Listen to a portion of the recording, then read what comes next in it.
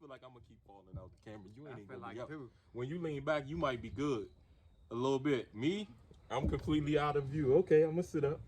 All right. Welcome to Drink Champs. What's up? What's up? Welcome to There Drink you go. Champ. Nigga need some water. So, first thing I'm gonna do is see if you lying ass rappers be telling the truth. Okay. So, there's a song on. Let me see. It's not Bad Karma. Not Guilty. All right. You said Lil Mike come home in 2021. Yeah. When Lil Mike come home? He got out 2019 because Obama had changed them laws, so he got I think 12 or 14 months reduced. All right, so you can explain that one. All right, because Yeah. I'm just Oh, saying, nah, because all like my I be shit valid, yeah. listening, I'm like, all right. Valid. But nah, that's a He great got- great reason for something not to have been true. In November of 2011, he got sentenced to 135 months. You know, that's 11 years, and then out of them 11 years, he ended up doing like 9 and some change. So, you know. Looking at you with this face I thing know, about to man. mess me all the way. Yeah, I'm like, yeah, you It's like the Halloween. look It's a the little Halloween look a little- episode, trick or treat. I feel man. like Mook when he battled Tay Rock right now. Nah, man, I don't got no context in none of that type shit. This all me. This Speaking all of me. battle rap, What's up? me and you don't agree on all of the same We people. sure That's don't. nice. We sure don't. And this bothers me because we do like some of the same music and artists, but all right. Go ahead and tell the people who it is that I love that you don't so much, so they can look at you crazy. Loaded Lux, man. Like And, what and I is don't it? feel like he's some shit. I just feel like he overrated. You know, I feel like a lot of his shit is just more of a, oh brother, this brother, like you not saying nothing though. You know, you come with all the gimmicks and all I'm the gonna keep you it know, at that. I'm gonna keep it at personality. that. The Calico joint, and then like after that, he really hasn't reached that plateau again. Right. And I be honest, we both like Daylight, correct? Yeah, I like Daylight more as a person than a battle rapper, you know, because Shorty you. really intelligent. You Nah, know? extremely. He intelligent, but he just with that crip shit, so people gonna play him for dumb. But The funny thing is, Mook is really well read too. Like if you look at the way he put some stuff together, I'm like, he's sometimes trying to dumb down for the audience to get the punch. And I feel like a lot of artists of that caliber, you know, artists that focus on bars, that's what they gotta do. It's like my friends tell me all the time, man, you taking too long on the song. You trying to put too much, and man, dumb that shit down. Like it's going over niggas' heads. Half the shit you saying, they ain't even gonna catch anyway. That's why I never used to could finish a verse in the studio. Like I come back to the studio the next day, 3-4 other people already on the song. It's like, Mo, all this grandstanding and you trying to outshine everybody. I'm like, I was gonna do that if I wrote the verse in 5 minutes. Say, it ain't about trying But to outshine. I gotta love the verse. I don't really care That's what I'm about them saying. because if I love it, I expect everybody else to. I I'm my might- biggest critic. I might spend longer on a verse that's for me than I spend on a verse that's a feature. You know what I'm saying? Because Yeah, that if it's makes a feature, I'm trying to get it back. But man, when it's for me, it's like you so particular about your craft, like man, you don't, and then you go back and you hear, all right, I could make this better. But especially if you ain't making it in the studio. Now, I don't know if you've ever done any ghost writing, but that's the same thing. I'll write faster for them because for me, I gotta make this as true as humanly possible. Like if you like it because it rhymed for your verse, all right, Cool. you know what I'm saying? But I don't it know just- your whole story to make it as true as I can. You know what I'm And saying? you know what you capable of, so you Right. know when you get in your bag, you know, man, that ain't it. I could Right, come it's like hard. this good. I could come hard. It's I could good, come but hard. yeah, So like all I be that hearing shit them be. stories from back in the day with the industry rappers where they be like so and so in the studio and rewrote their verse. I don't want to have. I'm not going. My pride not gonna let me. Right. Oh, he crushed me. I gotta rewrite it. I'm Yeah, supposed to nah. crush off the break. Exactly. All right, so let me. Now I'm gonna point out the difference between best and favorite. I want to say that first. Of you have 4 projects that I know of, right? Right.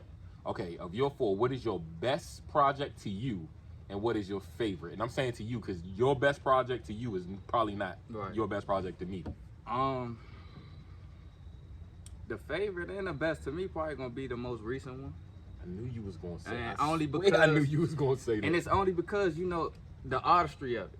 When you do a song, that shit owed to you. You know what I'm saying? So you kind of tired of hearing it. You like, man, I don't really. You know what I'm saying? Right, I get it. And I try to make the albums around my life, so it's like that's the most relevant shit in my life. So you know what I'm saying? It done progressed from that. I knew Guilty you was to gonna that. say the newest one was your favorite, but I wasn't sure you was gonna say that was your best. Yeah. Now, what do you think is your best project as it was received by others? Not guilty. Okay. Maybe. I would feel like Not Guilty or the newest one, and I feel like just Not Guilty because of the theme with it, the situation behind it, everything was leading up to it, everything that followed after it. You know, I really beat a life sentence in the midst of making that case. I was working on a whole nother project, and then I had caught that case, and then all them songs that I had, I scrapped them, and then started a whole new. You know what I'm saying? All right. So for me, I think your best project, top to bottom, is Clico Dreams. Okay. To me, I got my favorite songs on there. You probably don't like, even the one I told you to shoot the video for. You was like, you like that one, like, you know what I'm saying? Yeah. But and that might be my favorite. I definitely think it's your best, and it might be my favorite overall. But on Not Guilty, some of my favorite songs are on Not Guilty. I feel like the first two, is Not Guilty the title track? That's the first song. So Not Guilty. Then I think Changes is next, and then True Story at the end. Yeah. I've always said that I like artists for two reasons. You lyrical or I believe you. And if you lyrical and I believe you, then God bless you. Like you know what I'm saying? Yeah. So on True Story, there's no way anybody could title a song that and not tell the truth. It's just, you wouldn't be able to sleep with yourself if you did that. You know what I'm saying? I mean, I know the rest of them are true, but that one you just can't, you know what I'm saying? So that when True Story came out, or Not Guilty came out, how old were you? 22. Okay. So I was introduced to you before I was introduced to you. Producer T2 had a beat. Shout out T2. Shout out to T2. T2 had a beat where he sampled Eminem. To snap back to reality. Nope, they go right. So he just snatched the part where it say snap back to, and he had all kinds of people he could have been dissing because he was having shots thrown at him left and right at the time. Right. And he ain't rap on it. You did.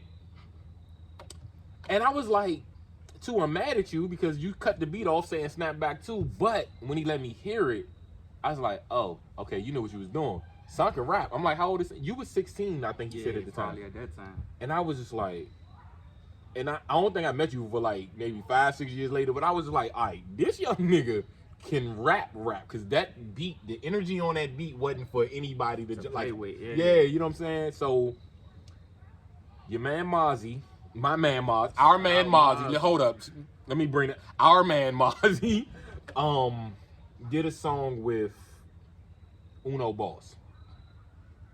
And on this song, he says, my young nigga 16 trying to beat a murder rap. He's talking about you on that song? I'm not sure.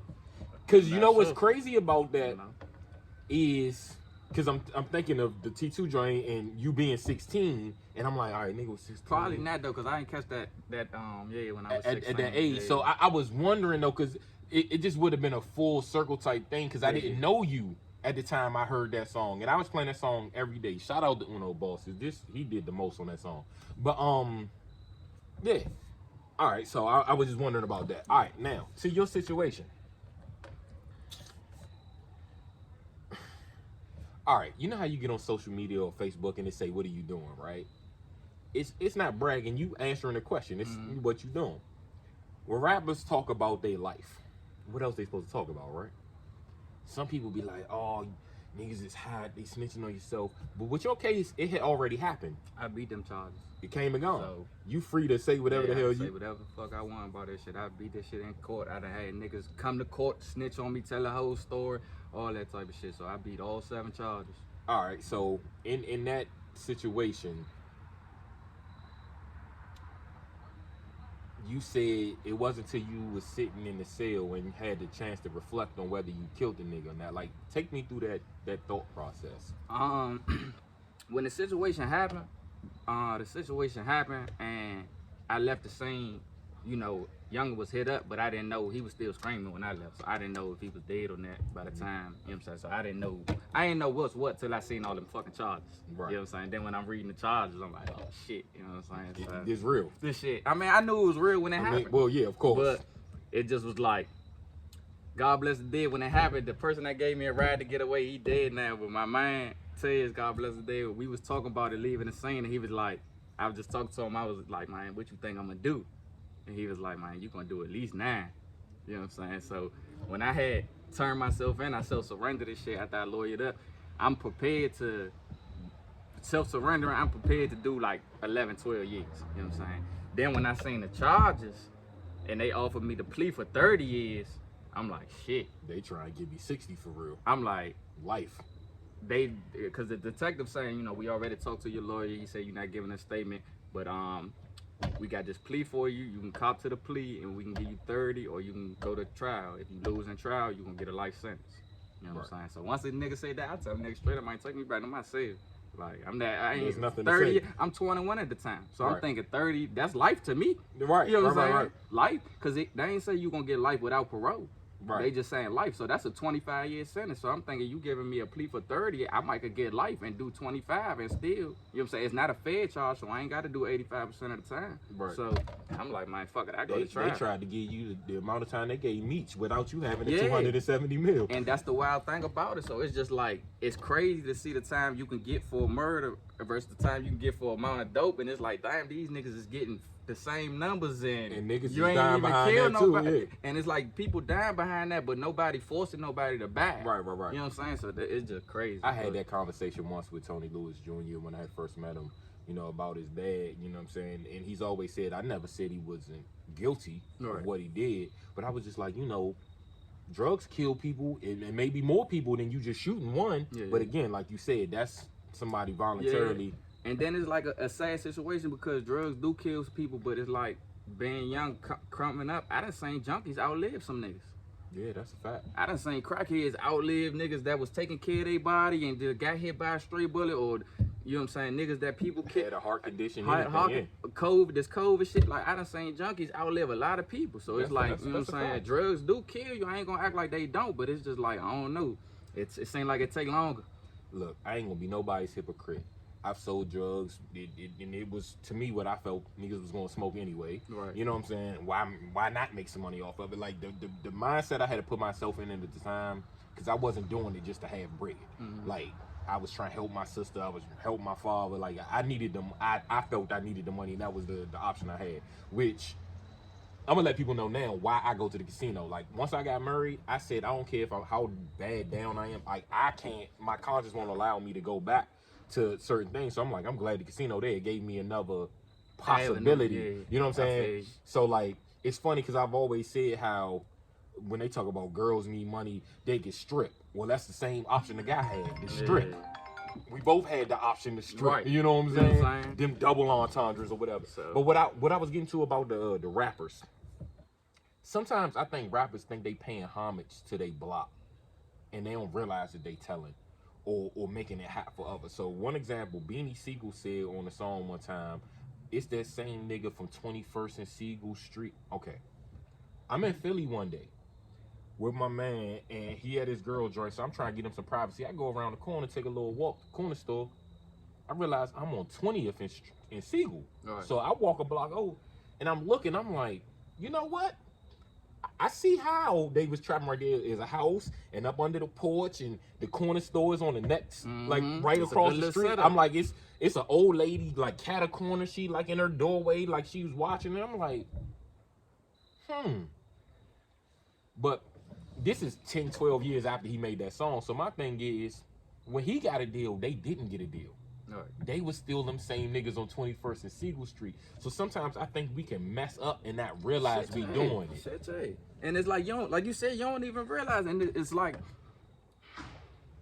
I guess it is, like you said, trying to pay homage, or it's just like trying to be as authentic as you can. Right, this is where I came from. This is the block I know. And this is what I rep, you know what I'm saying? This kind of what built me. If I just stood on this motherfucking street for endless nights and endless days, serving, catching plays, running. What else you gonna rap about? That street, that corner, the block. I didn't put in work for this corner. I did a lot to have the rights to this corner. So of course I feel like I carry this corner on my back or this street on my back, and I'm a, you know, and eventually I feel like rappers, their idea, to me the real ones, is to take all them people with you, somehow get somebody a job as security guard, road manager, bouncer, all that type stuff, you know what I'm saying? But it's a fine line, because then you got the MC Hammers, where you don't went broke trying to take care of the block, but also that's how I feel like that happens when you don't get them a job. You don't put them down with the label somehow. That's just you having an entourage and you paying for everybody. Right. So it's a difference. You know what I'm saying? It's definitely a slippery slope because you got to think, all right, I want to take my niggas off the block. I'm going to bring them on the road with me. Put some money in their pockets, give them jobs. But what they going to do when I'm not on tour? Right. You know what I'm saying? What type of job they going to bring? Is they going to be bringing that same income? Because once a nigga used to getting a certain amount of money to take a pay cut, he ain't feeling that. And I'm already, if I'm making a certain amount on the block and then you say you going to give me a job, it got to be somewhat close to that. Other than that, it's like, my nigga, it's a waste of time. I'm away from my family. And this is kind of your goal more than it is mine. Right, so unless they about to become studio engineers and producers and join all the way in, then that makes sense. They said Pee Wee Kirkland back in the day, he was drafted by the Chicago Bulls in the 70s. Mm-hmm. But the NBA wasn't paying in what it pay now. I think they said the contract was for like $100,000. Hey. He's a whole kingpin. Hey. He said no to the NBA. It's like the fame... Like the whole point of making it is to make it. Yeah. You know what I'm saying? And if you telling me you don't pay as well as I'm getting paid here, like Jay-Z said, like one rhyme can beat that like a brick. Like I can, you know what I'm saying? And that's why I said that on Lockdown, on the new project. I trap and I ball just like Pee Wee.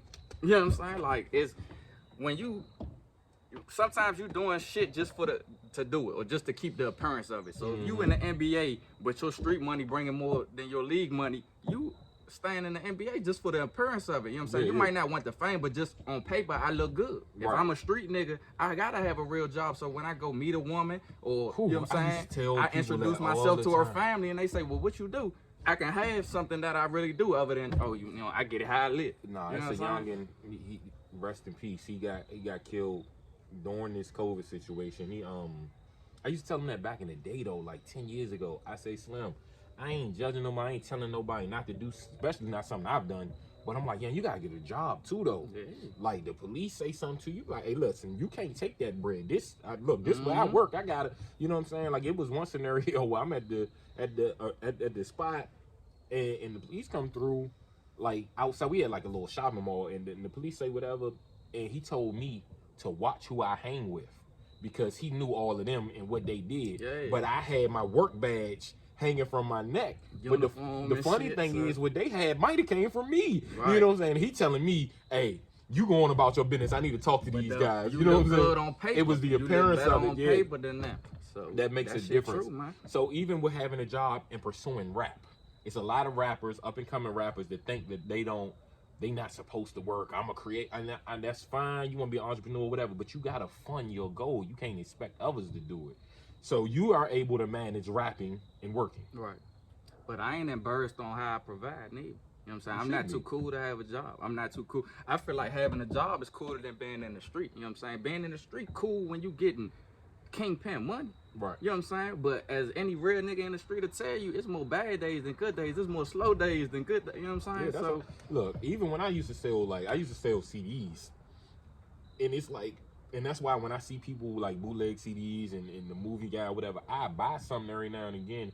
Because when a sale don't come through, it start to get discouraging after a while. You be like, all right, bro, I should be doing something else. So like, because I mean, some days is like that though. So I just can't imagine not working and expecting other people just because they believe in me to fund my goal. I don't want some studio just giving me time or somebody just giving me beats. I'm like, if you don't believe in yourself enough to invest in you, why should anybody else? I was just about to say, if you believe in your goal that much, you're gonna take any opportunity to put some money in your pocket. You know what I'm saying? Even if I didn't need money to rap, or if I didn't, you know what I'm saying, my job wasn't necessarily paying for rap. Oh, I don't have a job just to pay for my studio time. You know what I'm saying? What about how I want to live? You know what I'm saying? What about my rent? Or, you know what I'm saying, if I want to get a house with my mortgage, you know what I'm saying, my other bills. Like I don't want to be whatever age having to live with my mother. You know what I'm saying? Like, it's cool if you want to, but like, I don't want to have to. You know what I'm saying? Like, I got a real issue with asking for, and it's crazy because as much as I do with people, dog, when I tell you, it bothers me to my core to even think about having to ask somebody. Because forget asking, to think about having to ask bothers me. I know how you come. So, all right, so I listen to your music. Appreciate that. So, you're welcome, my brother. You know what I'm saying? Because that wasn't even the point I was about to make. We definitely can talk about that. But you talked about a time of not having it. And I guess trapping out a necessity, which there was a time I definitely had to do that. I ain't even want to, and I had to. So, do those memories frequently, like, do you visit that place frequently? Does that keep your drive going? Does that make you want to rap? Does that make you get up and go to work when you want to take the day off? Like, cause you remember not having? With the work shit, no, fuck that job. I call out any day if I want to. But nah, I'm just being dead there because I'm gonna get paid for calling out either way. I gotta leave. Let's leave. I'm about to be off. I'm about to be off all of December. Of course though, cause it's like you kind of don't never want to go back, and it's like when you. I don't want to say street nigga, but you know what I'm saying? When you dabbling or when you hustling or doing, you know what I'm saying, getting your money out the mud or illegally or whatever, it's like you flirting the line between broke and rich. You know what I'm saying? One day you might be up, one day you might be down, and you might not be that far away from being rich, and you might not be that far away from being broke. So it's definitely like, you know what I'm saying, one wrong move, you could be right back to one wrong purchase. You know what I'm saying? But living beyond your means. You might decide today, oh man, I want to go buy this, and then be fucked up for the next 3 weeks. So it's like, yeah, that always play a point. And it's like, man, I'm about growth. You know what I'm saying? I'm not trying to go back to that trap or any trap really, but that trap and doing what I was doing in the trap. Cause like you say, man, that shit ain't. That's like when niggas say I don't want to go back to jail. I don't. I don't want to be that person that you got to be in there. I don't want to be the person you got to be in the trap. I don't think people understand the mentality you have to put yourself in to do these things. And I've always told people that I said it is not, I'm not a mean person, but you got to be aware. You don't trust nobody. You got to put yourself in a selfish mind state. Because you try and stack bread, so somebody need to borrow money or somebody got a problem, because there's always going to be a problem, and you the go-to person and who they vent to and all that. But you can't help when you try and do that. You know what I'm saying? So it's like, it's a different place mentally. Man, 2 drugs that I never sold, and for that reason, I ain't never sold heroin, and I ain't never sold crack cocaine, and it's for that reason. I ain't mean enough to sell them drugs. Right. You know what I'm saying? I ain't mean enough to tell somebody, mother, bitch, I don't give a fuck, get the fuck out my, you know what I'm saying? I ain't mean enough to talk to somebody like that. Your mother pregnant, I'm selling it to her anyway. It ain't in me. I ain't that mean. Yeah, you know what I'm saying? So even if I was to dab with and those I've drugs, also seen people on those drugs. Exactly. I can't even have that around me, dog. Like, so, it's not. That's what I'm saying. And that's why when they say, like, we got the expression, you know what I'm saying, when we out traveling, you know, oh, we tackling zombies right now. That's really, when you know what I'm saying, when you dealing with that type of people, that's really what you dealing with. You dealing with zombies. Like, these motherfuckers, and these people will kill you behind a fucking, you know what I'm saying, $100 gram. Right, they'll kill you for less. They'll kill you for less, but right. I'm telling you, man, so it's just like, I don't like the person who I gotta be doing that, so it ain't for me. I know when something ain't for me. And the thing you said about in jail, like, I've seen a lot of people come home, and it's like they don't never smile. Yeah. And I'm like, damn, I knew him to be a cool, fun-loving, laughing, joking person before. But like, why you mad? You know what I'm saying? And like, you just look and you just, I'm like, damn, what did he go through? It's so many reasons to be mad. And that's the problem with jail. Like, it's so many fucking reasons to be mad. You wake up mad. I used to get mad, this nigga ain't answer the phone. You know what I'm saying? And he wasn't my co-defendant, but he was there when the situation happened. You know what I'm saying? So it's like, you stayed at my house and got questioned by the police. I fled the scene or whatever like that. But it's like, I'm calling you. I got prepaid money. You ain't even accepting the call. Right. I'm mad about that. The mail came. I ain't get no letter. I'm mad about that. Right. You know what I'm saying? It's visit time. My name ain't get called for. I'm mad about that. Everything. You know what I'm saying? You waking up to the fact that you can't move how you want to move. Like, I can't move how I want to move. I can't even enjoy my pleasure. You're not comfortable in the bed. Even if you want to do like simple, and I'm not trying to be funny, but just, man, say you want to beat your dick. Right. You know what I'm saying? Man, I got to use water because we only got a certain amount of lotion in this bit. I'm mad about that. You just cannot do what you want to do. You can't win no way around it. So yeah, and I get it. Days after this, days and days and days and days, man, you gonna be a mean person. Like Jay-Z said, man, you think shit sweet because you home. You know what I'm saying? And it's not. That's really when the second phase of, I ain't gonna say the second phase of jail, but it's like, that's really when it start. Like, all right, now I gotta reprogram and really get into this shit and leave. On top of the fact you can't have nobody in there thinking you sweet or you don't, you know what I'm saying? Like, it's just it's not a fun loving, I understand. So when I came out, I made bond after a certain amount of months, and my mother couldn't even take me to the grocery store because by this time I had already been in the fight in jail. I already been in the hole. I'm in a grocery store like, the fuck is this nigga looking at? He done looked at me 2 times. It's up. right. This not that situation. At all. In jail, nigga, I done seen a nigga look at a nigga 2 times, the nigga be quiet, finish eating his food, and get to beating him with his tray. Right. Like, now, this shit is and this different. is that. But see, that's my thing about them talking rehabilitation.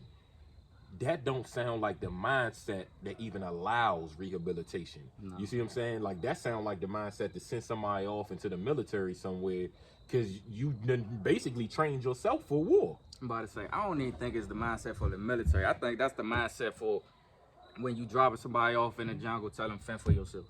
Because now you didn't just turn yourself into an animal. Right. Because that's how you got it. You getting 3 meals a day. The instinct, so yeah. if you ain't got no commissary, you getting 3 meals a day. So you hiding food, you sneaking food to sneak back into your cell to eat for later when you might be hungry. Now, you know what I'm saying? You mentioned the whole. That seems to me. All right. So during COVID, I done lost my freaking mind. Cabin fever. Can't go nowhere, ain't talking to nobody around. I'm assuming the whole 10 times worse than that. Because you really can't, you know what I'm saying? Oh, you in there, you and your thoughts. Like, if you ain't got a strong mind, period, jail ain't the place for you. Right. Like, jail ain't the place for nobody with a strong mind or with a strong mind. But if you ain't got a strong mind, you ain't gonna last in there, especially. You're really in trouble. And even if you ain't in a hole, you could be in a cell with just by yourself. You by yourself. You ain't gonna last in this bitch, you know what I'm saying? And you left with your thoughts, like you said, and talking to yourself. Now, they say black people, we don't go to therapy. But I know that's to not be true for you. Right. I haven't as an adult. I've been. But that was why you keep getting suspended every day in school. My mother made me go. Like, look, type shit. Paying for a therapist at 16 with your own money, and they cost like, back then probably about 75, 80. So I can imagine what they cost now. An hour. And I'm in that joint trying to make sure it don't even go an hour because I'm like, this is too much. So what is that like? You might be saving my life right now. I might have to go. It's bittersweet. You know what I'm saying? To be honest, the first episode, not the first episodes, but the first kind of sessions, the first couple of sessions, when she get to breaking you down, like when she got to breaking me down and made me realize like the way I'm living, like, normal people don't live like this. Like, this shit ain't normal. Like, the shit that we see every day and go through every day, it just even being exposed to a trap, being exposed to junk, this shit ain't normal. Everybody ain't exposed to this on a daily day. Everybody ain't exposed to 6 and 7 peers their age that they done buried. You know what I'm saying? Right. All these dead people. If you had to take a life, you know what I'm saying? Whether it was self-defense or whatever. Everybody not used to that shit. So when she get to telling you, no, look at how you living, and it's basically somebody holding up a mirror to you and showing you like everything you thought was real, that shit bullshit, and that shit don't get you nowhere in the real world. Like, it might get you some street credit, but that's only as good as you plan to be in your life. You know what I'm saying? Niggas don't like to be told about this. You can get street credit and that's cool, but you can't take street credit to the bank. That's a fact. You know what I'm saying? That's a fact. All right, so this is what I've always thought about street dudes. When I was younger, I used to think street niggas was the realest people, and not for the reasons somebody might think. I used to think from the movies, the street dude to tell that young nigga that could play basketball, hey, go that route. Right. Oh, you need new shoes? Do this. Hey, you come back and you take care of your people. Like, it seemed like they looked out, but I'm like, I had to grow up and realize that's Hollywood. Yeah. It ain't really like that no more. The OGs ain't. They few and far. Right. There's some niggas that's like that, yeah. but it ain't too many. And it take a person to really kind of, to be like that with you, it take a person to kind of fuck with you more than you fuck with yourself. Like, my nigga, nah, I'm stopping you from yourself. Like, nah, come on, my nigga. Like, I've had friends save me just like that. Like I'd rather give it to you than you come out here and hustle with me. Hell no, man. Right. So it was a situation where my friends basically asked me where they was dropping me off at. They was like, you going to your father's house or your grandmother's house? Like, you not riding with us. Like, bro, we see what you do in the community. You help take care of your family. Like, and them real friends. The realest. So, you know what I'm saying? So that's why I try to teach my stepson, I'm like, be yourself. People gonna accept you for you. It don't matter if y'all are total opposites. If you genuinely and authentically you, like, my label mates is Crips, but they love me because I common bond was we can rap. They ain't try to jump me in. They ain't ask me did I want to be down. I made gospel songs while I was on the label with these folks, and they loved it to the point now that they do charity work. Like they do, you know, one of them do tattoos. So it's like if you bring a Christmas gift, I got you. You bring some toys, some backpacks, school supplies for the kids, discount on it. You know what I'm saying? Yeah. So it's like you gotta rub off on them, like just being yourself. Lighter subject. Do you watch sports? Not really. I didn't think you did. What is that like? Did you play any growing up? I played every sport growing up. That's the wild part. The primary sport I played was basketball. That was the first sport I played. Like that's all of us. Played that sport. I played that the longest, but I kind of got so forced into basketball. By the time I was 16, I was like burnt out and over that shit because I was playing from like 5 years old, summer league, winter league, all that shit. That's because you was doing it. The semi-professional, like I'm playing since that same age, but I'm outside voluntarily when I felt like going to play. You know what I'm saying? So, and that's really shout out to my father. That's really my daddy. You know what I'm saying? But once him and my mother went through their thing and they separated, it was like, ain't nobody here to push it. Mom don't care. And he was still pushing it, but it was like once I got to high school and really, you know what I'm saying? By the time I got to high school, I had already had a plug. So it was like, man, it was like. School. It was hard to stay in school at that point. Not even to stay in school, but it's just like, man, I just fucked up honestly because I had wanted a pair of tennis shoes. Like I feel like I tell people this all the time. Like all this shit that I've been through, I feel like it was behind a pair of tennis shoes. I would have never started selling weed. I wanted a pair of tennis shoes to wear to prom in 8th grade because we had uniforms. So the only way you get fresh is your shoes. Listen. And I didn't have to wear a uniform. They started that right after I got out of school, and God bless them, because Lord knows I hate dress up clothes. But my mother probably had the means to buy stuff. She just didn't. My mother from South Carolina, and they trying to instill a whole nother level of values. I remember one time my mother bought me some shoes, son. Like I might cry right now. These joints, some store was going out of business. These shoes was on sale, and they had 2 pair of my size. These shoes cost $2.50. The joints was called Side 1, and it said Side 1 on Side 1 and Side 2. And I'm like, why did you buy them both? I'm playing kickball after school. I'm doing whatever I can to ruin these shoes. And still got enough pair. So the whole school year, I'm wearing these Side 1 joints. This is probably what made me become a battle rapper. I got talked about so bad that year. I was like, ain't nobody else in life ever joning on me. Ain't nobody me no battle. Like I'm not rocking. That's why I'm like, young, I can cook whoever now, but at the end of the day, I made it through it. Like I ain't die from it. You know what I'm saying? You talk about Tim's or boots. Like my sister, the first person to ever buy me. First time I had Tim's, I was 18. All right. And then I ended up with 2 in the same week. Cause my sister bought me something for Christmas. Then I beat my cousin in cards so bad, he owed me like $1.50, and I was like, man, just bring me some Timbs tomorrow. I don't know how he got the Timbs, but I get some Timbs. That's all I'm gonna say. He paid his debt. So now I got 2 pairs of Timbs. I tried walking them joints. I'm like, yeah, these boots heavy as hell. Why y'all love these joints? So I hate Timbs, yo. Yeah, I ain't never really liked Timbs. Like I ain't wore them joints since. Not one time. I ain't really a Tim nigga. You know what I'm saying? What shoes was you copping? You remember? Yeah, the pennies? Nah, it was some J's. It was the first Jordans that came in the shoebox, the 18s. They was $200. I copped it from Iverson Mall at the Athlete's Foot. I remember that shit like cause I had hustled for the nigga had the front mirror, and this back when Reggie was 125 an ounce. You know what I'm saying? The nigga had the front mirror ounce. In my days. I don't know them other numbers. Then I paid that nigga back. Then the second ounce that he fronted me, my mama flushed that bitch because she caught me with it. So she was all some You going through a lot to get these J's. Man, look, she caught me with the shit, and she was like, you could either get out the house. She was like, I could either call the police or you could flush the shit. So I like, man, fuck. I gave it to her, let her flush the shit. I was mad because that shit had smelled so good. I ain't even bag up a gram of that shit. So, yeah, no, it hurt. But then after that, I told the plug what happened. He fronted me in another one. It was back on. So it was like, it is what it is. That same Athlete's Foot. That's when you walk in from under the tunnel, that's the first store. That's the first store to the left. Right. So I got a story for the Athlete's Foot. I go in there one day and buy this like that Jordan sweatsuit, you know. Jordan was like $1.20. It might have been an ounce. It was $1.25. I'm telling you, man. And the people forgot to take the little joint off, the little stand, the long joint. Yeah. Man, I never seen that joint before. I'm so they take it off at the register. Yeah. I get home, I'm like, young. It's a little special ass machine too. Yeah, you got right. So I get home, I'm like, I don't feel like walking back up to the mall, dog. So I try to take the joint off myself. the little dye Tore pack the broke. whole- oh shit. Man, so like right here on the back of the hoodie, it's all kinds of colors. Oh, So I could never, all winter, I had to keep the hoodie down like this old hoodie joint. Cause I'm like, young, it looked like I stole this joint. I just gave them people $1.25, Yeah. young. I'm so quick to throw a receipt away. I just don't be wanting it in my pocket, young. I'm like, I can't even take this joint back. Like, dog, like I'm so mad at that. Hey, shout out to my folks that got, cause one of my friends, she needed a hoodie one day. She was around. I gave her that. She got that Jordan hoodie. She knows exactly what I'm talking about. She can look at it right Shout now. out to her. You know what I'm saying? Shout out to her. She can look at that joint right now. Young, that was my favorite damn hoodie. So my uncle had asked for that joint one day. He seen it.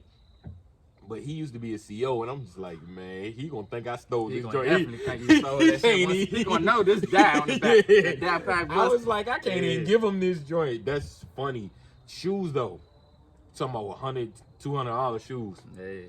I remember this when I was getting some money. This might have been Tree, a little bit of selling CDs. I was selling them joints for $1, so they was sliding, like they gone. I bought 3 pairs of shoes in the same week. I spent like 500, 6, 7. I don't even remember. I bought the phones, the original. I bought the blue penny joints that everybody them. Then just cause I had the bread, they got $1.80 back then.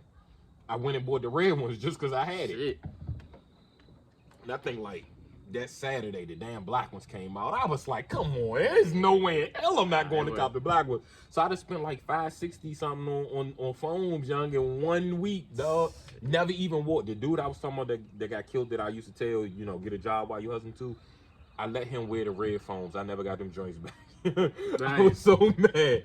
But to his credit, he took me with him to his family reunion, right? We was hanging out in Iverson Mall. One day, we just trying to get numbers. We had a bet who can get the most numbers, right? I'm like, dog, there's no way you rocking with me. It was like Will and Carlton on that one episode. Yeah. So we get in the joint, and you know what I'm saying? We getting all these numbers or whatever. So we end up at his family reunion. So I win. Because we in the hotel room where all the young cousins is. Right. You know, they probably drinking, smoking, whatever they do. I end up getting this cousin phone number, right?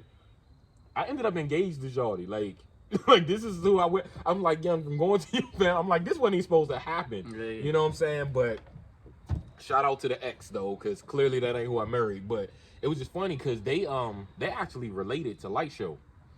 Shout out Light Show. I was like, young, I told Shaw, I was like, you know, I was almost like your big cousin. So I'm gonna need you to put some respect on my name, bro. He was almost in the family. Almost in the family. Bullshit. But I ain't want to talk about rap for a second though. Like I said, you wasn't really watching the sports. I'm sure you can keep up because Twitter timeline, you know what I'm saying? But I see you watch a lot of these shows. I don't. I probably just don't want the cursing all loud in the house because the kid in there. But what's your favorite show of the last couple of years, or favorite shows? Favorite shows?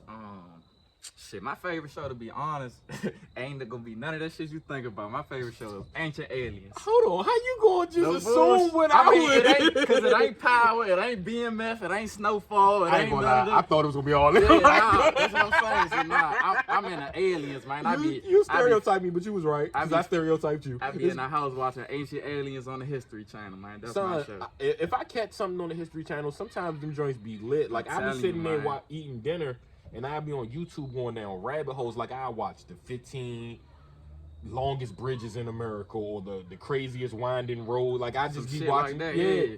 But with the aliens, like it was a show wrestler used to have called Conspiracy Theories or something. Conspiracy theory, UFO conspiracy. Hey.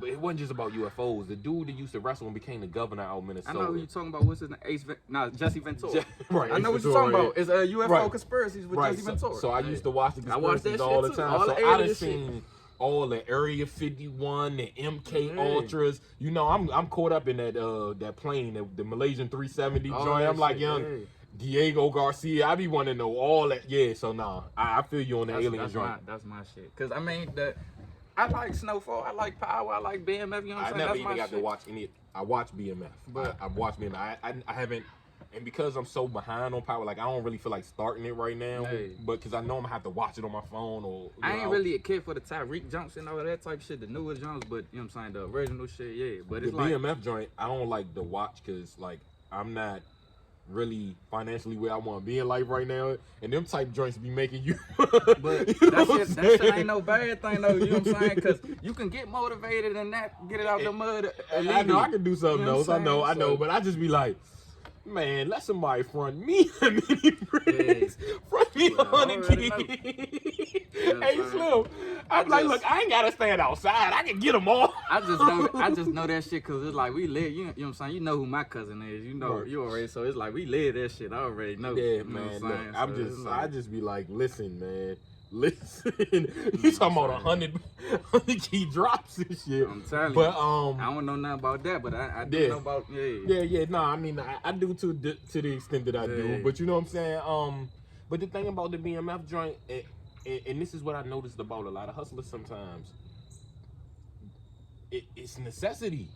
You wanted to help somebody, like your parents can't pay the mortgage. You know what I'm saying? I mean, like he wanted the chains and the car and all that. Like, you don't want that stuff, but at the end of the day, it's like you really try and help. And I know a lot of people that had good hearts, and I hate when people watch these gangster movies and overlook the good work and the good heart of these people. I'm like, okay, so you got Frank Lucas doing the turkey drives or giveaways because he's seen Bumpy Johnson do it, or the Paid in Full where they giving away stuff, or you looking out for your mans in them, and I mean they saying people that lit up the block with fireworks and all this type stuff. I'm like, how do y'all overlook that while you watching this like it ain't there? You know what I'm saying? I'm people like, gonna focus on what they gonna focus on. That's a fact. You know and you know what I'm saying? Because I'm so into the giving back and the charity, like I see that.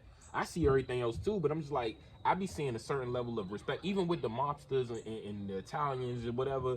Like they at their mother house having Sunday dinner, they might have just mopped somebody up, but they don't talk that in front of her. They respectful. Hey, don't curse in my mother's house. We at the dinner table, they praying up, and I'm just like, at the core, everybody ain't a awful person. You know what I'm saying?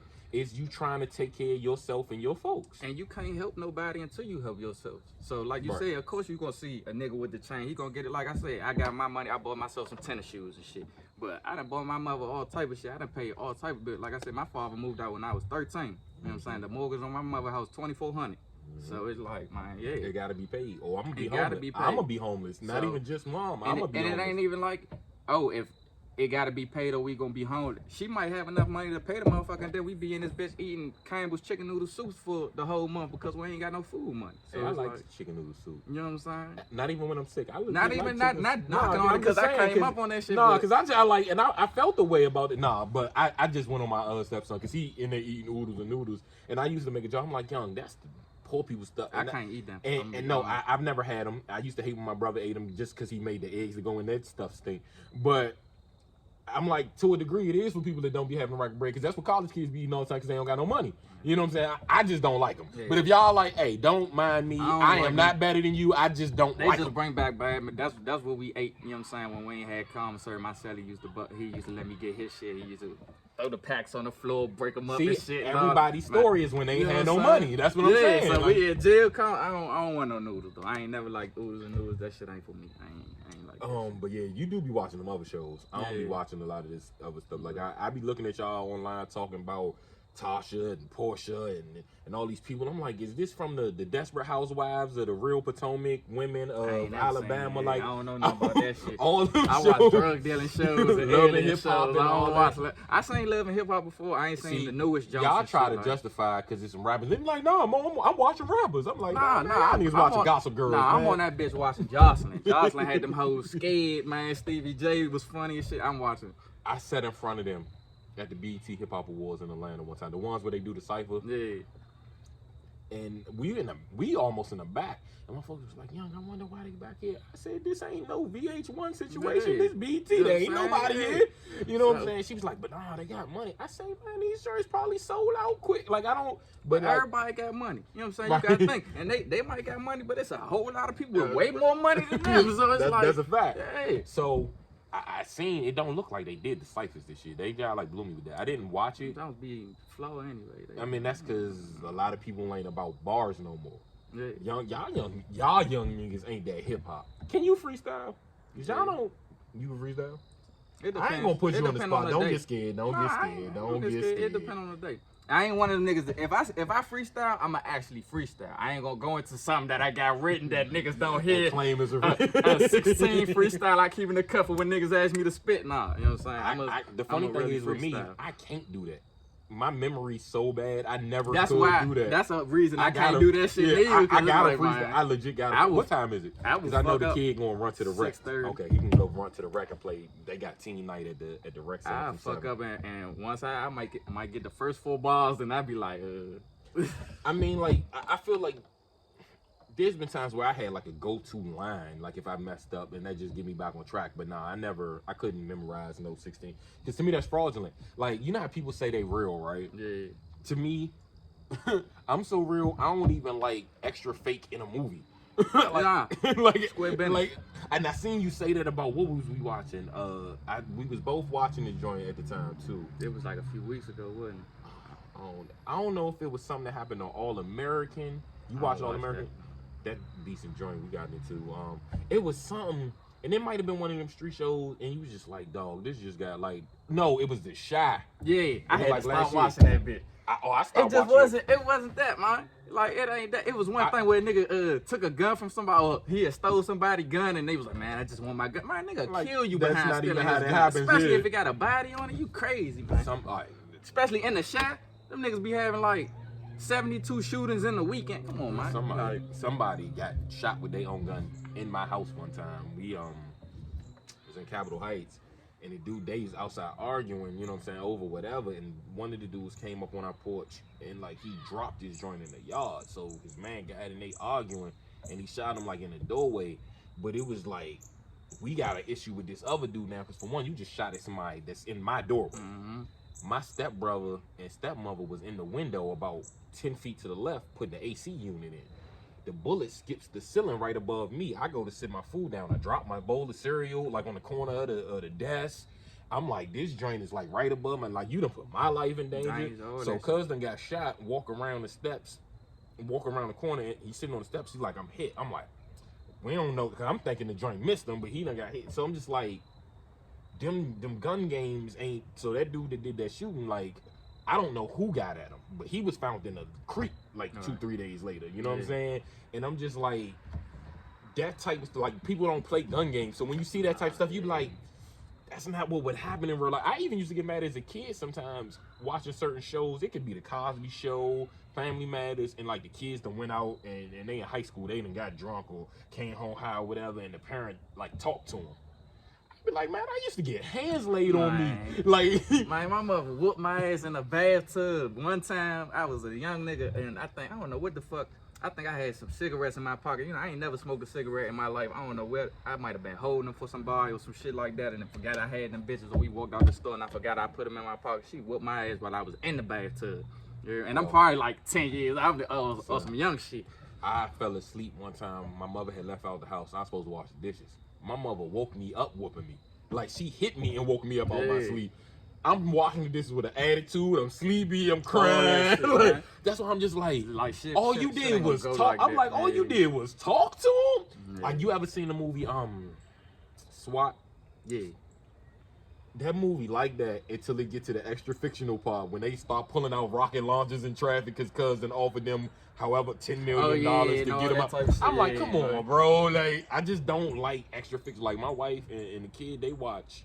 Like, I'm not into Marvel, DC, all the comics because I'm just like, my mother made me read so many autobiographies and people's real life story. Like, I want like. One of my favorite subjects in school started becoming history later because I'm like, at least I know it happened. Right. They probably telling their side of the story, but it to some degree happened. You know what I'm saying? Math was my joint. And that's sometimes what I look at with them street documentaries. I'm like, dang, these niggas like that in math. You ain't got no choice. You doing stuff on the fly. Like, let's say you got 3 dimes and somebody come up to you, hey, you can do 3 for 25. Like, you gotta sit there and think about how much you made, how much you gonna lose. Right. Like, you doing math on the fly. All of us too smart to be doing, you know, to be 1 foot in the trap, 1 foot in something else. But like you said, you making the best out your situation, and them bills coming, and they don't care how they get paid. That's a fact. So, you know that's a fact. That's what Meech told his mother. Look, the mortgage people, the bank don't care where the money comes from. That joint, the rent due. You know what I'm saying? They don't care where that shit comes from. Man, listen, it was one time my folks didn't work for about 9 months, and I guess didn't want me to worry, was leaving out the house every day dressed in a security uniform, going to work, Pretending. I guess filling out job applications, whatever, trying to, because for some reason stuff was still on in the house. Right. The cable, them, like I don't know if they was borrowing money, doing whatever. So like that one time forced me to have to go get it, because I gotta go make up for 9 months worth of rent. Like I don't know how we didn't get evicted before then.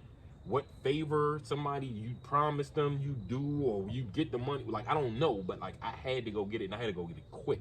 But to the point, I was going to do roofing with my father. I was selling the CDs. I was selling weed. And I'm on Division Avenue, which is a little scary strip, because to me, the bottom of Nanny Helen, I always called it Heron Ave, because they sit in front of a member. Yeah, you know what I'm saying? So I'm like, I'm a block removed from Clay Terrace, Lincoln Heights on the other side of the street. They beefing, even though it's Division Avenue, the only thing separating them, you know what I'm saying? So it's like, it's scary, and I'm like, I got my folks in the house. I can't have people following me home and tapping on the window, which is why you can't sell some other stuff. Them people have no regards for your situation. I don't think, no matter what you selling, I don't give a fuck if you selling water. You don't sell nothing out your house. The situation I had, nigga came to my house. Even near it. Yeah, I definitely want to do it out the house. And you gotta think, I went through a fucking life sentence, a $40,000 problem behind a nigga saying some shit was $5 short. You know what I'm saying? Right, he hollered some shit was 0.5 short. You know what I'm saying? Supposed to get a 3.5. He got a 3.5 Thursdays. Fucking Sunday, he calling me hollering it was 0.5 short. Type of shit. Or nah, it was the other way around. He got it Sunday. Thursday, he calling me hollering it was 0.5 short. Right. Like, why you ain't tell me that bitch? Because, you know, you got to remember, when you young and hustling, them older niggas, they don't like to see that shit. Yeah. And I was 21 at the time. He was 33 at the time. It's funny you said that. So, because I had an issue with an older guy when I was selling the CDs. Yeah. I went to, all right, so this is the thing. I thought this process out so well. I was getting 2,000 blank CDs from a website online for $350. So selling them for $1, I'm making $16.50. And they gone. Because I'm not selling new CDs. I done copied all the old CDs. So I'm giving you Tupac whole catalog for $10. You know what I'm saying? So I went to all of the bootleg people. I wanted to wholesale them to them. I didn't even want to stand outside. So I went to him, and he was just like, I was like, listen, you ain't got to burn these CDs. You ain't got to worry about writing nothing up. Like, I'm going to do all that. Man, y'all young niggas always think y'all know something, blah, blah. Like, he went on me, right? So I walked away from him. I turned around. I hit him with the Denzel, right? And I was just like, at first, off the break, before I walked away, I was like, Denzel joint. I was just like, my man. You know what I'm saying? Like, you know I'm about to get you, right? Walked away. I was like, oh, by the way, you won't make another $1 this summer. So I took everybody that was trapping at the store. I gave all of them CDs. And I told them, I said, listen, I don't care if you can sell it for $5. If somebody give you $3, I said, I need y'all to sell all these for these next 3 days for $1. After this, I will take care of everybody. I got y'all. Fran Cuz off the drink. Like, Cuz was gone for like 2-3 years before, like when I stopped, then he, you know what I'm saying, came back. So funny story, I get off the bus coming from work. I'm in the shopping center. I go in Popeyes to get some food. When I come out, my father's sitting right there. I was like, bet, I got to ride around the way. I don't got to walk. Grandmother in the store waiting on her to come out. So I'm sitting in the car. I'm in the back. And I guess while I was in Popeyes, my father had made, had bought a movie or something from the dude. And he gave him the money, and the dude went to go get the movie or whatever. So when he come back, Cuz see me in the back seat. So he walked smack past the vehicle. And my father beeping the horn was like, hey, I'm right here. He was like, nah. My father was like, what you mean? Nah, I gave you my money. So Cuz come give him the money back. My father look at me, Maurice. I was like, yeah, he don't even be calling me Maurice like this. He was like, what you do? I was like, what you mean? I'm sitting back here eating my food. He was like, what did you do? So this young boy be hustling up there, walk by, and my father called him over there. He was like, what Maurice do to the dude that's selling movies? Oh, you don't know? Oh, Mo ran him off the block.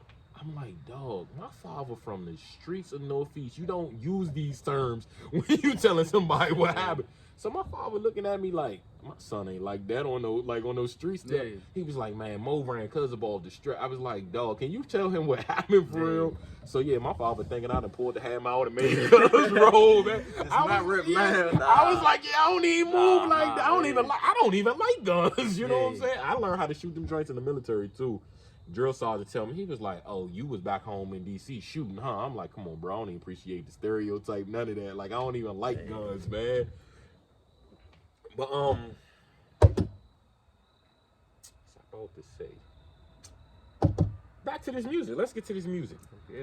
All right, so I'd be giving advice sometimes to artists, telling them things I think they should do. You know what I'm saying? I've always thought going to the schools, talking to the kids. Because, I mean, who won't get you popping? Like, them youngins, it's 2,000 kids per school. You know what I'm saying?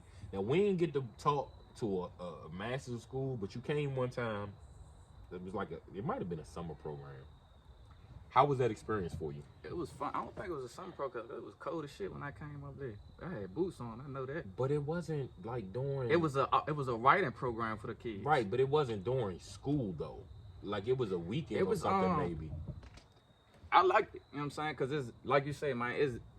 I hang around too many people that's like me. So it's good when you get to see people from different walks of life and get to see people before they kind of make the mistakes that you might have made or before they go in the direction that you might be going in or already winning.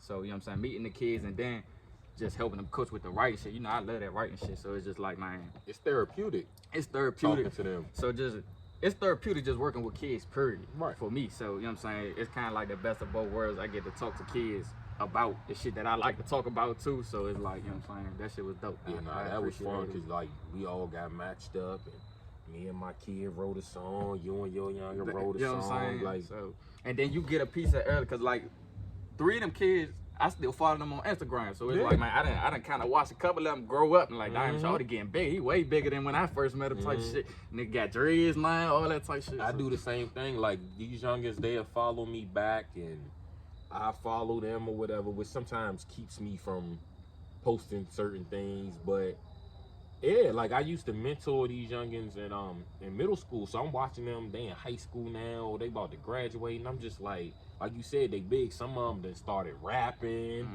and making a name for themselves. Like it's one guy, it's a rapper from here. He maybe in his late 20s. His name Uncle John. And you know, I was proud. I seen him do an interview, not on with Ebro in the morning, but the dude Rosenberg that hosts the show with him. He did an interview with him. I was one of the first people. Like I wrote a rap for him when he was younger. Like at church, we had a hip hop choir. Yeah. It was like 150 kids when it first started. Everybody was excited because we was babysitting their kids on Saturday. You know what I'm saying? But to watch him come into his own and he making a name for himself on the scene and all that now, like that. It means something because I'm just like, I don't know if I'm the first person to ever have him around rap, and it ain't that he needed me to write it, but I was writing the raps for everybody because these is gospel rap. I'm putting wordplay from the Bible and all that in it, and I'm just like, young, he doing this thing now. So when you feel like you a part of somebody's story, like you rooting for him, you know what I'm saying? Like I tell people, like I don't know how you don't get excited for your friends or somebody from your area for accomplishing something. I ain't gonna lie, I get excited for niggas that I don't even know. Yeah, like it's a rapper from Detroit right now called Icewear Vezo, and I was fucking with him. He kind of getting big right now, getting popular. Like, he got a song with Lil Baby and Future, but like I was fucking with him before that. So even just seeing him with a song with Future and Lil Baby, I'd be like, man, I told y'all that nigga was tight. I told you. So like, I don't know. I'd be happy to see a nigga come from nothing, man, or come from a little bit of something to more something. Like, man, I'd be loving to see that shit. When it's youngest from here though, every time somebody gets signed, I feel like I got a deal. Every time they get signed, like. Just seeing Wale on the Drink Champs, I'm like, yeah, this is one of the biggest platform podcast joints, and one you on the the biggest timeline. Podcast. Yeah, you all up and down the timeline, and I'm not the rap community though. It's regular people, or you know, I seen Shelly the MC. She moved to Atlanta, had her own place, like, and I know her folks had died, and just like young, they still found a way to make it, or you know what I'm saying? Like, I don't even know Logic. I just know that he's from here, and this is somebody that signed at Def Jam, you know what I'm saying? I'm like, yeah, that's the area. And what people don't get is that's a good look for all of us. The more and more people get signed, I'd be wishing at the very least the rappers went hard pushing and promoting them, because if your region, you know what I'm saying, supporting you and behind you, I got the record labels for looking like, okay, you know what, every time we grab somebody from the DMV, them people support each other. I'm about to go get another one because I know they're going to sell at home at the very least. Right. You know what I'm saying? Like business-wise, sometimes it makes sense. even for a selfish reason to support other people. And I don't think people get that. You know what I'm saying? It's an ego thing. It's a pride thing. You know what I'm saying? A lot of niggas like to see you doing good as long as it ain't better than them. But they don't realize they cheating themselves. Like, they don't, because they feel like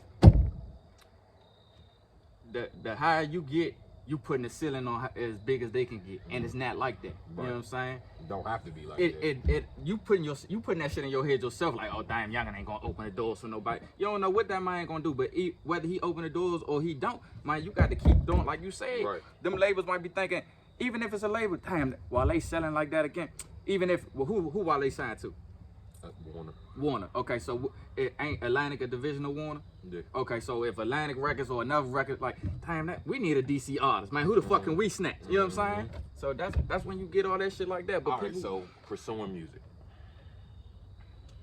has its up and downs. Some days you feel like you pop and you drop the project, everybody's sharing it. Then it's other days and you can't get nobody to act like they even seen your tweet. You know what I'm saying? Like, how often do you want to quit? All the time.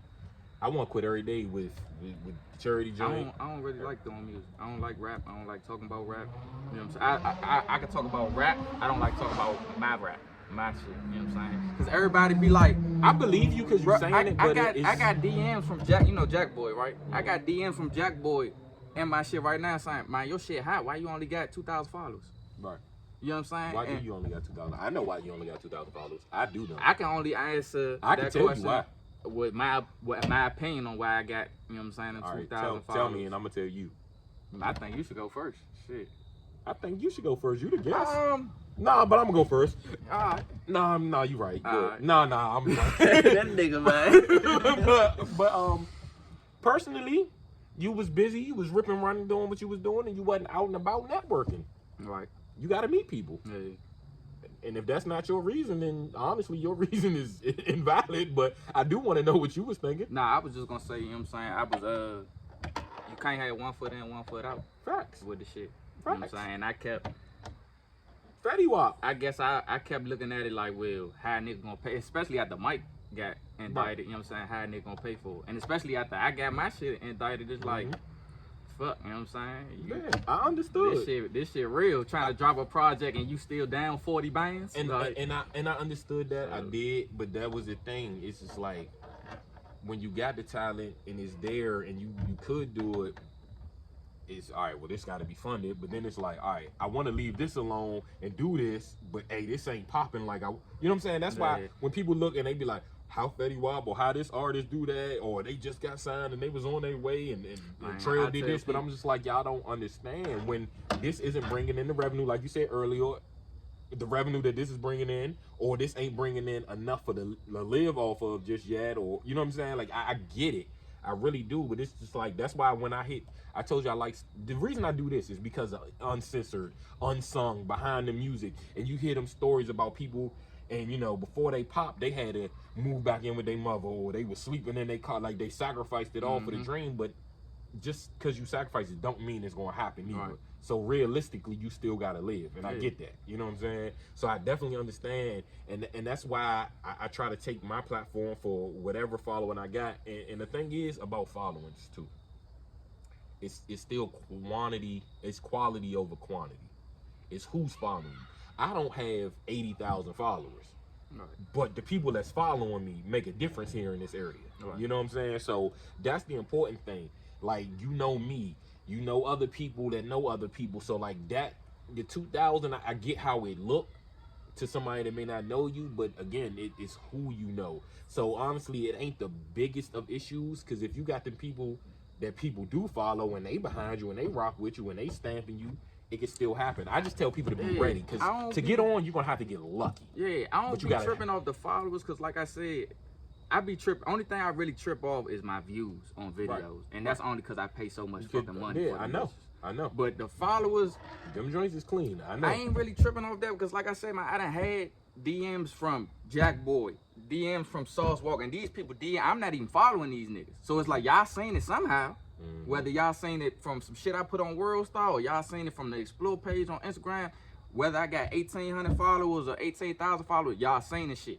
You know what I'm saying? And y'all blue check artists, all this. So somebody saying the shit. So it's like, I think what really fucked me up is I think I kind of got addicted to hustling.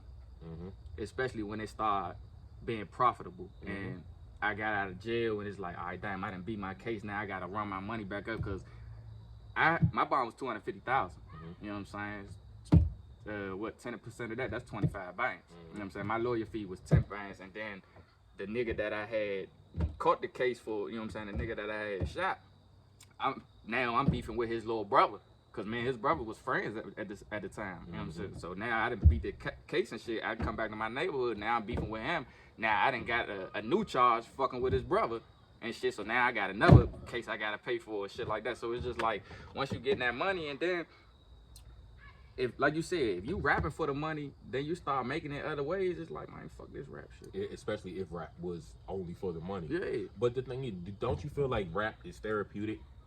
I feel like sometimes, for me, it's sometimes, because like you said, I ain't start out rapping for the money. I started out rapping for the love of rap. But it's like when something's not beneficial, it's not profitable, how long can you stay in love with? I feel you. If you in a relationship and it's one sided, you doing all the work, you ain't getting no affection, how long can you love that person? That makes perfect sense. So with rap, what's your process, if you don't mind? Like, do you play the beat in the house or write on your lunch break? Do you only write in the studio? Like, there's different process for different people. Like, nah, I write anywhere once I got the beat. It's to me the hardest thing is just finding the beat that I want to fuck with. Once I find a beat that I want to fuck with and I got an idea for it, especially I can write at work. I can write. There's nothing worse than being in the mood to write. Anyway. And then you start listening to a billion beats and you don't like none of them. Like, there's nothing worse than being in the mood to write and you don't have the beat you want. But my favorite place to write is in the car. I don't know why I figured that, but cause that's what music consumes. Yeah, you playing the beat loud, like, and you just, know what I'm saying, you surrounded by it, you know what I'm saying, the obvious of it, whether you sober, whether you hitting the J. Like, sometimes I be just riding, listening to the beat over and over, thinking of what type of vibe it's giving me, what type of melody I'm gonna rock with it, and then when it all come together and you playing it in the song and playing it in the car and people ride to a vibe, it's like, damn, that's how I created it. That's what I created it for. When I first started rapping, I had a whole notebook full of concepts, ideas, hooks, verses, all that. Didn't have the beats to. So I realized later trying to find a beat to something that's already wrote doesn't work. Yeah, that shit hard. So it's like now I gotta write to the beat. I need the beat first. Cause but it's crazy because I wrote so much better and quicker without the beat, but that's because I wasn't forced and constrained to write. I can have a whole song done, but if it ain't done to no beat, I could find 10 beats I like and be like, for some reason it don't fit this. Yeah, it don't fit it. It's not gonna work. Even when it's the right BPMs, all that shit, it don't fit it. I'd be like, man, nah, I want to write something over. Nah, that makes sense. So, who do you feel like, because I know people say this about their business, music, whatever. Do you feel like strangers support you more than the people you know? Like the newer friend. Like, you know how Drake said no new friends, but to me it seemed like the new friends, they excited, they just met you, they ain't comfortable with you, them be the ones that go hard. I can't really say, because I got a solid, you know what I'm saying, my solid day one niggas, they always gonna support, they always gonna come to the video shoot, they gonna repost it, wrap this up, they gonna do all that shit. I'm waiting for you to make your move. Because I can't even see no more, I'm half blind, so yeah, that's why I got the yellow, so I can see. Alright, but Did you put a piece in? No, I'm joking. I feel like, you know, your day one niggas, they support you as long as they ain't in competition with. A lot of people don't support you because they realize, damn, shorty doing something. And I went to the same school as him. I motherfucker hustled in the same trap. I had the same 24 hours. I don't want to support this nigga. Or they might just not fuck with it. I might be making content that they might just, you know what I'm saying? Oh, I like rap, but not that style of rap. You know what I'm saying? So makes sense. But I do, you know what I'm saying? I see what people talk about when they main dime. Like, I get more support from niggas that don't know, because it be bitches that not even from this city, not even in front of that, and they'll repost my shit or make a little jump twerking to my shit or dancing to my shit or however. And people doing TikTok challenges to your music. Not no TikTok challenges, but you know how with that Insta shit you could just, you know what I'm saying, you know what I'm saying, play some music in the background or do some shit like that. So I get you. Me being blind, like you almost won off of something real. If I would have won off that easy shit, I would have asked you to play again. I realized I can't see. Like, you don't understand. I might have waited a little too late. I might have to focus real quick because I'm 1-3 and I don't like my record. You don't like that? Nah, because I ain't no loser, dog. Like, I'm real competitive, and I don't like the fact that I'm playing a lot of defense right now instead of being on offense, man. I'm not feeling that. So we gonna have to, yeah, I'm gonna have to. I even take a tie. You know what I'm saying? Like, oh, that's the only way it's gonna be. I ain't trying to lose. I do a draw. I ain't really, trying to lose. I ain't about that losing situation, man. I ain't trying to lose at I all. know the kid about to go to the rec, so I'm gonna need him to come holler at me and not just step off. You know, I'm still rapping. Like, I got a project I'm working on now called 10 Days. It's probably gonna be like a little EP or something, like a little 10-song joint, or it might be less than that. It's gonna be between 6 and 10 songs, something like that. But I'm one of the persons too. I gotta live life to rap. I can't just go to the studio every day and just rap about something. I gotta like. Ain't nothing happened since the last project. So that's what people don't understand about rap sometimes. With they be like the sophomore jinx, and I'm like, I don't really think it's that. The first album is your whole life up until that point. Yeah. And then the next album, you think, let's say it's the industry artist, you think, oh, they ain't put out an album in 2 years. This joint should be like that. Yeah, but the rest of that first year, they was touring and doing, you know what I'm saying? Like, they weren't really living life. And they life done changed. The game over. Come on, dog. Where the game over at? Oh, my God. I can't even see. But, yeah, like you said, that's your whole, 1-4. That's your whole life up until that point. You know what I'm saying? So then, like, I feel like that about my shit. You gotta go now, yeah, because you just won in my house. I feel like that about my shit. I feel like my second album was my worst album. Bad Karma? I feel like that's my worst album. I didn't like it as much as I liked Not Guilty. And then I like Clico Dreams more personally than I like the last one you did. But I don't know. Sometimes when people listen to music, it's also what they going through at the time. The song they can relate. So if you got the breakup song with your girl and I just broke up, that's the one song I'm playing. Yeah, you know what I'm saying? That's why I always tell people, write something that means something to you. Don't even try, like, don't try to make the club song because it sounds like you trying to make the club song or you trying to do this. Make the song to mean something to you, and when somebody else go through that, that's gonna be the one. You know what I'm saying? Like, Prince ain't no Party Like It's 1999 was gonna do that. Nah. You know what I'm saying? Nah. So stuff happen how it's supposed to happen. And that's how it always be. It gotta be natural. The songs that I hate on certain albums, that be people's favorite songs. Joe Budden don't like Pump It Up.